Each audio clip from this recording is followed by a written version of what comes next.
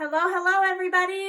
So I'm here. I wanted to quickly just show you guys what we do for peanut butter in my house. We do not buy peanut butter anymore at all because Pampered Chef's deluxe cooking blender makes the best peanut butter in the whole world. I'm telling you, you cannot beat fresh homemade peanut butter. So this, like I said, this is Pampered Chef's deluxe cooking blender. So it actually has a cooking element in here. So it actually gets hot. It gets hot enough to boil stuff in here.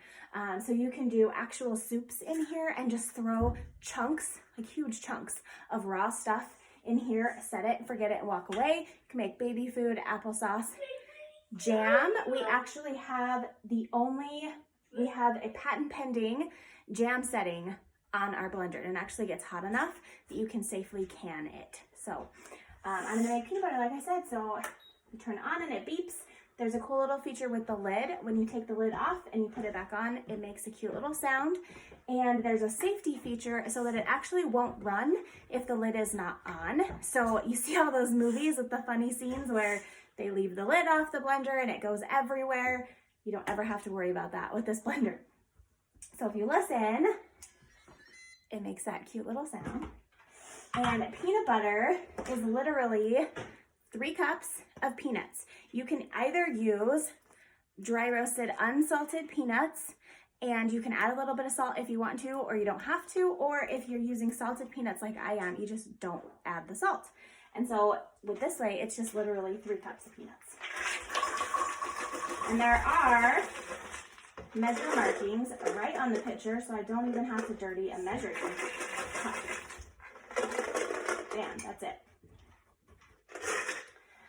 And so this is actually a big thing from Costco. Costco had peanuts on sale a while ago, buy one, get one free, and so I stocked up on peanuts.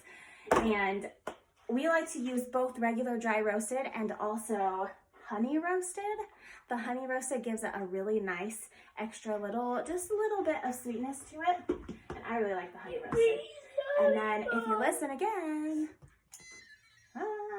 and so for this, we're gonna use the grind setting. This thing has all sorts of settings. There's smoothie, alternate milk. So you can make coconut milk, almond milk, cashew milk, oat milk, rice milk, all the milks. And then the grind setting. And so those are your regular unheated settings. And then the heated settings are for soup, heated puree, jam, and sauces. You can do like gravies, Alfredo sauce, stuff like that. And then the other heated setting that we have is a heated wash. So this thing actually washes itself, and I'll show you at the end when we're done. And I forgot the tamper, so hold on just a second.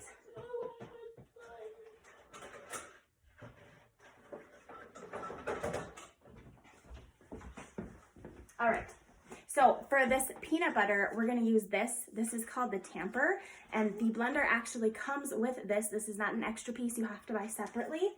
And so when we make the peanut butter, you're going to see it's going to crawl up the sides just a little bit. And so you just tamper it by taking this middle piece off, and then you just tamp it down. And so when you tamper, make sure to remember you're not trying to push it into the blades, you're just pushing it kind of into the side. And this is made in such a way that this blocks it from this part going into the blade, so you don't have to worry about getting it in the blades while they're running. So here we go, and I'm not going to talk while it's running because it is a little bit loud, especially when you're making peanut butter, because the grind is the most powerful setting on this blender. So here we go. Just turn it to grind, and then you push in the little turn to get it going. Here we go.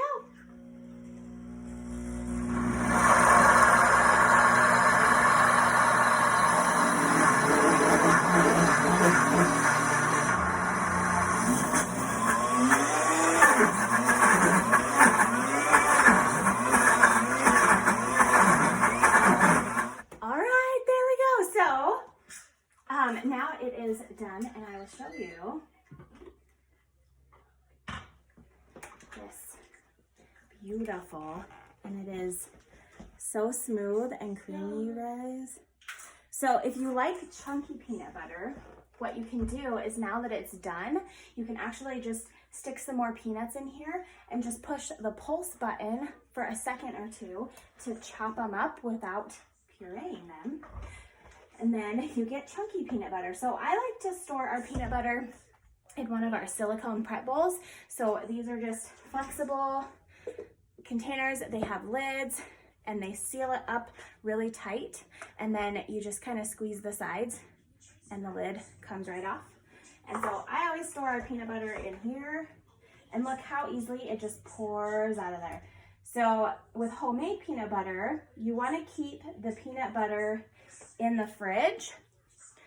And then, so right now it's super creamy and it's kind of liquidy, as you can see, but when you keep it in the fridge, it makes it that perfect spreadable consistency, just like you would buy from the grocery store. So that makes it actually perfect. So a lot of the time when I say, oh, you keep homemade peanut butter in the fridge, people are like, oh, well, doesn't that make it hard to spread? Well, not when it's homemade. So now I'm just gonna take this pitcher. So what you can do actually with this, instead of washing it away, you could just go straight from making peanut butter to then making a smoothie. So you get all this leftover peanut butter in here in a smoothie, which is really delicious. I'm not gonna do that this time simply because I want to show you what it looks like to wash it. So I'm just going to take 1 second here and I'm just gonna put 3 cups, again with the measure markings, 3 cups of water in here.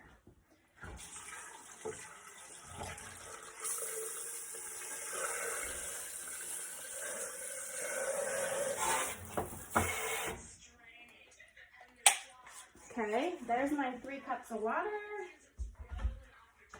And I'm just gonna put the pitcher back on there. And then I'm just gonna literally just like a little tiny bit of dish soap. And then I'm gonna put the lid back on.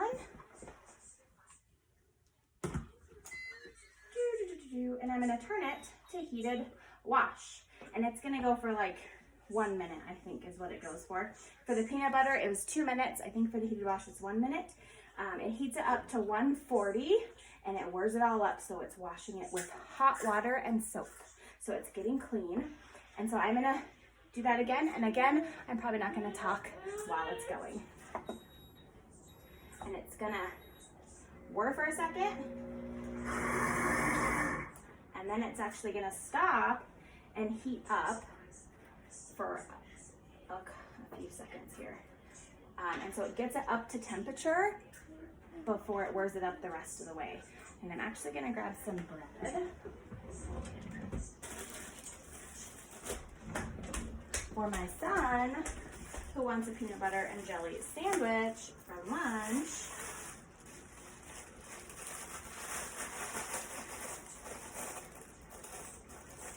You want a whole one or half one? Half one. All right, it's at 95 degrees, 97, 98, 99. And I forgot to show you guys this. I actually couldn't find it. This is our long skinny scraper. This is a new spring 2020 product, and it is for the blender, and it works really well to get all that leftover peanut butter that I'm now washing away off the sides and off the bottom of the blender. So it's a long, thick, rubbery, but it's got this nice beveled edge, which helps just scrape it all off. So this is the long, skinny scraper. As you can see, it is plenty long enough to reach the bottom of the blender. And I was gonna show you guys that and scrape out the peanut butter with it, but I couldn't find it when I was looking for it. So, I'm gonna use our handy dandy multi-purpose spreader here. I really like this thing. Trying not to waste all this delicious golden peanut butter here. It really is so good, you guys. So even in this liquidy type form, I can still spread it on some bread. So if you're like, I need it right now, like I am.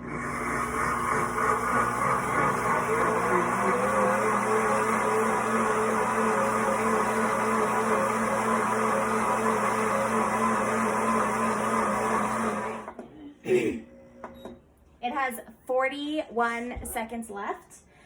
But I just want to pause it real quick so I can show you this one last thing and then end this video so it's not forever long. So this is my son's peanut butter jelly sandwich, and I just have a tip for you guys.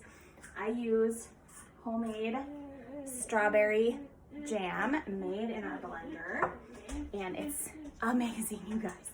But if you spread peanut butter across the whole entire, there's like a piece of crust hanging out, across the whole entire piece of bread before you put jelly on. So even if you're having a whole sandwich, unlike my son who's having a half, I spread peanut butter on both sides, so both pieces of bread, and then I put jam on just one side, which helps the sandwich stay not dry. I don't want to say the word because I know there's lots of people that don't like that word. It grosses them out for some reason. So it helps it not dry out, and it's because then the jam can't soak into the bread because there's that layer of peanut butter that's blocking it. And also you can use less jam, which jam is where all the sugar comes from in a sandwich. So I am Katie. This is my kitchen, and thank you for watching.